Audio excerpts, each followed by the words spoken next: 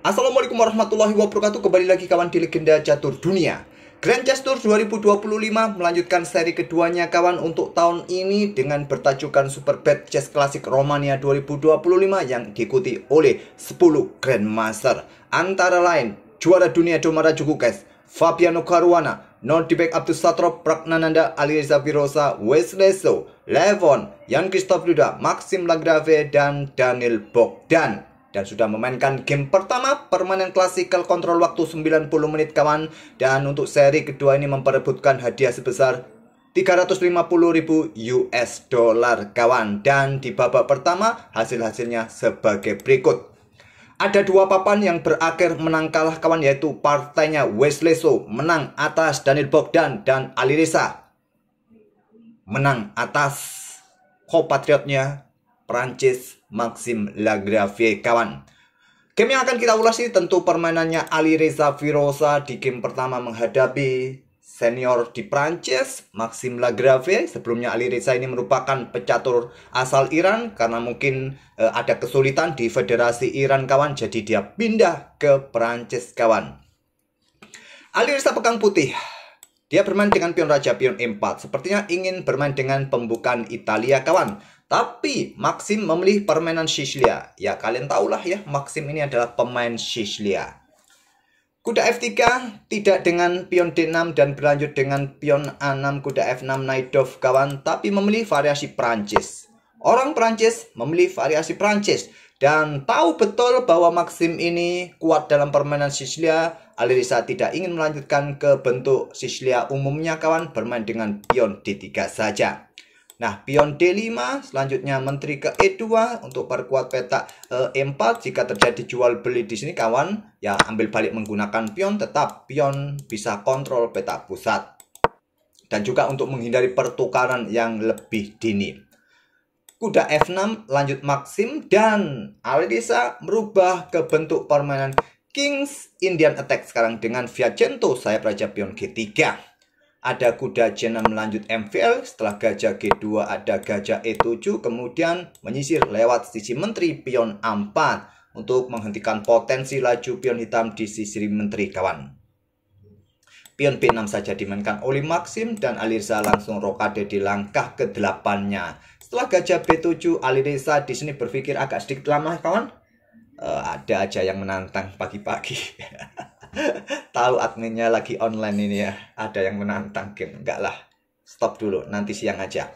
Oke. Agak sedikit lama. Alireza memilih dengan gajah F4.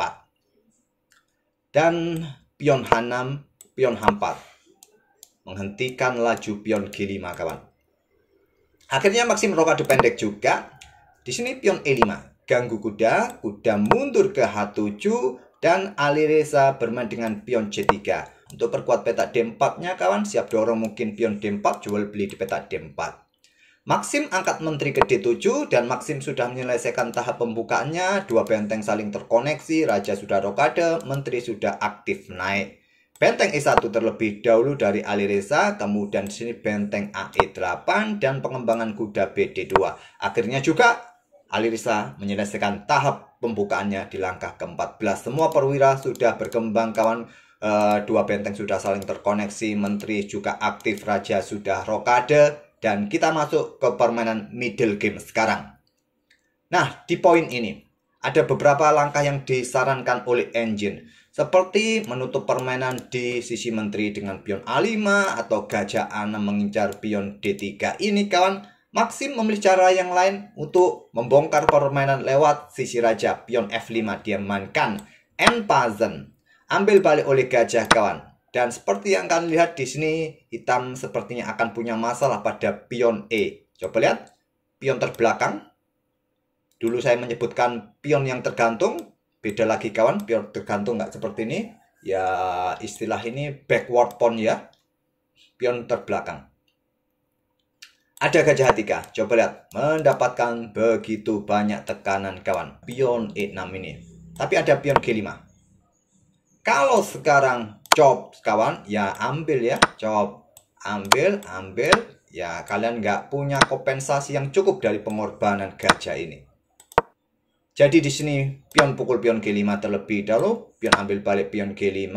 Nah, gajah ke E5. Kalau mundur kawan ya, menutupi akses menteri ini kurang bagus juga. Menteri G7 untuk berikan tekanan di diagonal ini kawan. Siap-siap dorong, buka diagonal bagi gajah sniper. Dukung pionnya di lajur G yang akan dilanjutkan oleh hitam. Oke, gajah E5 menantang pertukaran. Menteri G7 pilihan dari Maxim Lagrave dan Alireza yang mendahului pertukaran. Gajah pukul gajah F6, benteng yang ambil balik kawan. Kemudian di sini kuda H2. Lanjut Alireza Firoza. Siap dibawa kawan ke peta G4 nanti, disusul berikan tempat juga kuda F3 nanti. Pion E5 sudah saatnya didorong menurut engine langkah kuat kawan. Benteng H6 ini juga bagus dipilih oleh Maxim Lagrave. Gajah tarik mundur ke peta G2 terlebih dahulu. Setelah itu kuda F6 untuk cegah pergerakan kuda G4. Tetap kuda G4 dimainkan oleh Alireza. Jual, beli. Lihat kawan, tetap pion ini ya, tetap menjadi masalah. Seumpama pion ini didorong sekarang, pion ini lepas. Jadi kuda E5 untuk juga nanti ya persiapan jual beli kawan di diagonal terang, siap dorong-dorong, buka akses bagi gajah sniper ke depan. Menyerang menteri, menyerang pion kawan. Menteri E2, kemudian kuda kembali ke C6. Ada kuda F1, ya kalau kalian kembali ke sini lagi ya mondar-mandir aja mungkin bisa remis dari Maxim. Jadi Alireza coba bawa kudanya ke F1, mungkin tetap ya mengincar petak-petak ini nanti ke depan kawan. Tetap hitam punya beberapa masalah. Pion terbelakang, pion terpisah kawan. Dengan kekuatan perwira yang sama, raja mulai agak terbuka. Alireza ini idenya cukup bagus. Aku suka permainan Alireza. Cukup menghibur kawan, cukup atraktif permainannya.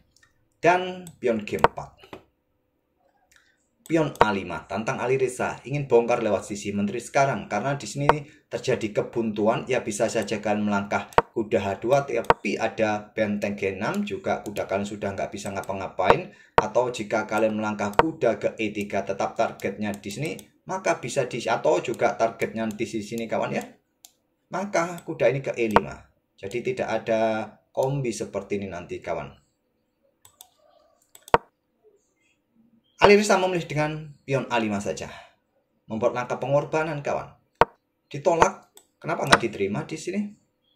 Nah sekarang sudah saatnya kuda bermain ke peta E3. Jadi pengorbanan untuk defleksikan posisi kuda kawan menyerang pion atau peta F5. Setelah benteng G6, kuda caplok di sini. Targetnya ganti lagi kawan. Coba lihat ya. Benteng di belakang juga dalam masalah. Jadi ditolak pion B5, pion A6, gajah A8, benteng AD1, atau juga kalian bisa bermain dengan pion D4 sekarang. Ya, di sini target kalian nanti pion B5. Tapi dengan benteng AD1 terlebih dahulu, benteng F8, lanjut Maxim Lagrave untuk menghindari satu laju dengan menteri putih ini. Baru sekarang kuda H2, benteng G6, ada menteri geser ke peta D2. Mau kemana kawan? Perkuat peta D4 kah? Ataupun juga siap doubling benteng ini? Angkatkan peta E3 nanti disusul dengan benteng DE1. Kita lihat saja. Kuda B8 ingin mengejar pion. Menteri H7 yang kuat atau menteri ke H8. Mungkin nanti idenya juga disusul ya. Benteng ini bersama menteri kawan. Tapi ingin mengejar pion dengan kuda B8. Pion D4 sekarang. Kontrol peta D4 sudah berkurang. Jadi dorong pion C4. Balasan dari Maxim Lagrave. Segera benteng ini diangkat doubling kawan. Ini opsi yang kuat. Tinggalkan saja pion yang di sini. Memilih pertahankan terlebih dahulu. Gajah C6. Baru sekarang benteng E5. Siap kembali lagi doubling untuk menyerang pion yang dari tadi bermasalah. Kuda D7. Benteng H5, Swift kawan, coba mendukung menterinya nanti, membatasi ruang gerak raja. Benteng satunya siap kembali ke lajur E. Kuda F6 serang benteng, benteng H4 memberikan tekanan pada peta G4, ada gajah D7, benteng E1. Di sini gajah C8 mengincar pion, Alireza melangkah kuda F1. Reposisi kawan untuk kembali ke posisi serang. Ada benteng G5, benteng E5 menantang pertukaran benteng G6. Kenapa ditolak pertukaran ini? Karena setelah pion pukul pion, kalau kuda ke D7, maka ada ide gajah dikorbankan, ambil pion yang di sini, menteri ambil pion di sini cek. Kalau ada benteng blokade, ya di sini ada masalah juga buat hitam. Kalau blokade dengan menteri di sini kawan, ada masalah di lajur G cek. Benteng mundur G6 pilihan dari Maxim, baru sekarang kuda E3 tetap memberikan pressure pada petak G4. Raja F7 langkah bagus dari Maxim, menteri E2 tetap memberikan tekanan pada petak G4, dan juga ada ide kuda caplok pion D5 terbuka lajur E, benteng meluncur, menteri dalam masalah. Jadi benteng E8 perkuat lajur E, pion B3, gajah ke D7 satu-satunya petak terkuat buat gajah kawan.